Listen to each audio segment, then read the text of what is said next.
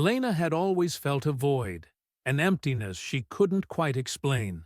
At 32, she was successful, admired, but deeply lonely. Her life was a series of routines, each day blending into the next with nothing to stir her soul. She had stopped believing in fairy tales long ago, but there was a part of her, buried beneath layers of cynicism, that still yearned for something, someone, to make her feel alive. One stormy evening, as she wandered aimlessly through the city, she stumbled upon an old, forgotten bookstore at the end of a narrow alley. The sign above the door creaked in the wind, and the windows were fogged with condensation. Drawn by a force she couldn't name, Elena stepped inside. The smell of musty paper and aged wood surrounded her like a familiar embrace. She wandered through the aisles, her fingers trailing over the spines of forgotten novels, until she came to a section dedicated to crime and mystery. There, standing in the dim light, was a man. He was tall, with dark hair that fell over his brow, and his eyes, those piercing eyes, were focused on a book he held, as if the secrets of the universe were hidden within its pages. Their eyes met, and for a moment, the world outside the bookstore ceased to exist. It was as if they had known each other in another life, as if fate had brought them together at this precise moment. His name was Lucas, and in him, Elena saw everything she had been missing: intensity, passion, and a mystery that both frightened and intrigued her.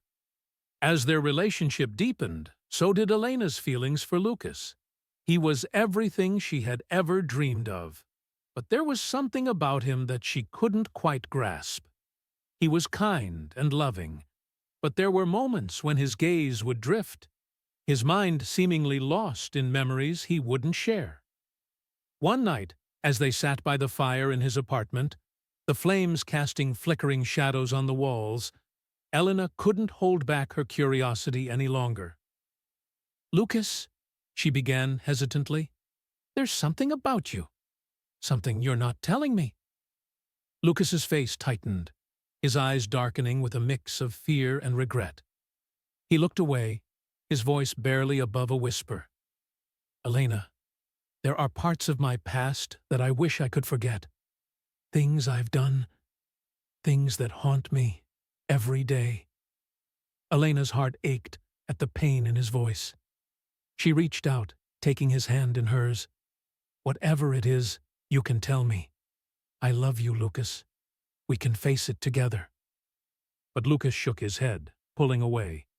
"You don't understand. If you knew the truth, you might never forgive me." Despite Lucas's reluctance, Elena couldn't let it go. She began to notice little things: an old photograph hidden in his desk, a newspaper clipping from years ago, a name he would murmur in his sleep. The more she uncovered, the more she realized that Lucas's past was tied to something far darker than she could have imagined. Driven by a need to understand the man she loved, Elena began to investigate on her own. She visited the places Lucas had mentioned in passing, talked to people who knew him before they met. What she discovered was a trail of secrets leading back to a crime that had shocked the city years ago, a crime that had never been solved. The deeper she dug, the more she realized that Lucas wasn't just hiding his past. He was running from it.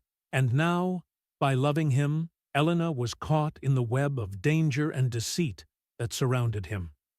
One night, while Lucas was out, Elena found herself drawn to the small, locked drawer in his study, a drawer she had seen him open only once, with a look of such sorrow that it had stayed with her.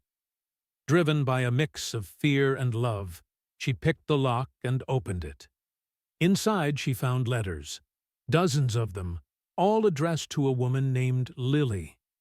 The words were filled with regret, with longing, and with a guilt so deep it was palpable. As she read, the pieces of the puzzle began to fall into place. Lucas had been involved in something terrible, something that had led to Lily's death. But it wasn't just the crime that haunted him, it was the fact that he had loved Lily, just as he now loved Elena. And in the letters, there was a name, a connection to a case that had been cold for years, a case that involved not just Lucas, but someone close to Elena as well. Elena's world shattered as she realized the truth. The man she loved had been involved in a crime that had touched her own life, that had torn her family apart years ago. The pain was almost unbearable, but amidst the heartbreak, there was something else, a fierce determination. She confronted Lucas, her heart breaking as she told him what she had discovered. Lucas's face crumpled as he confessed everything: his involvement in the crime, his love for Lily, and his fear that he was destined to destroy everyone he cared about. But Elena wasn't ready to give up on him, or on the love they had found. "We can't change the past," she whispered, tears streaming down her face. "But we can face it together. I won't let this destroy us, Lucas. I won't let you go." Together, they decided to face the truth head-on. They would reopen the case, confront the people involved, and finally lay the past to rest. It wouldn't be easy. There would be danger, and they might not survive it. But for Elena, it was the only way forward.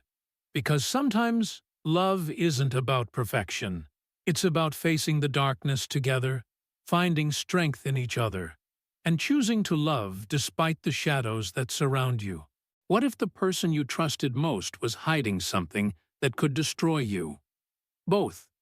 Love isn't always pure. Sometimes it's tangled with secrets so deep they can change the course of your life. When love and crime intertwine, they create a story where every heartbeat feels like a ticking clock, and every whisper carries the weight of unspoken truths. But what if, in the darkest corners of these secrets, you find not just your lover, but yourself?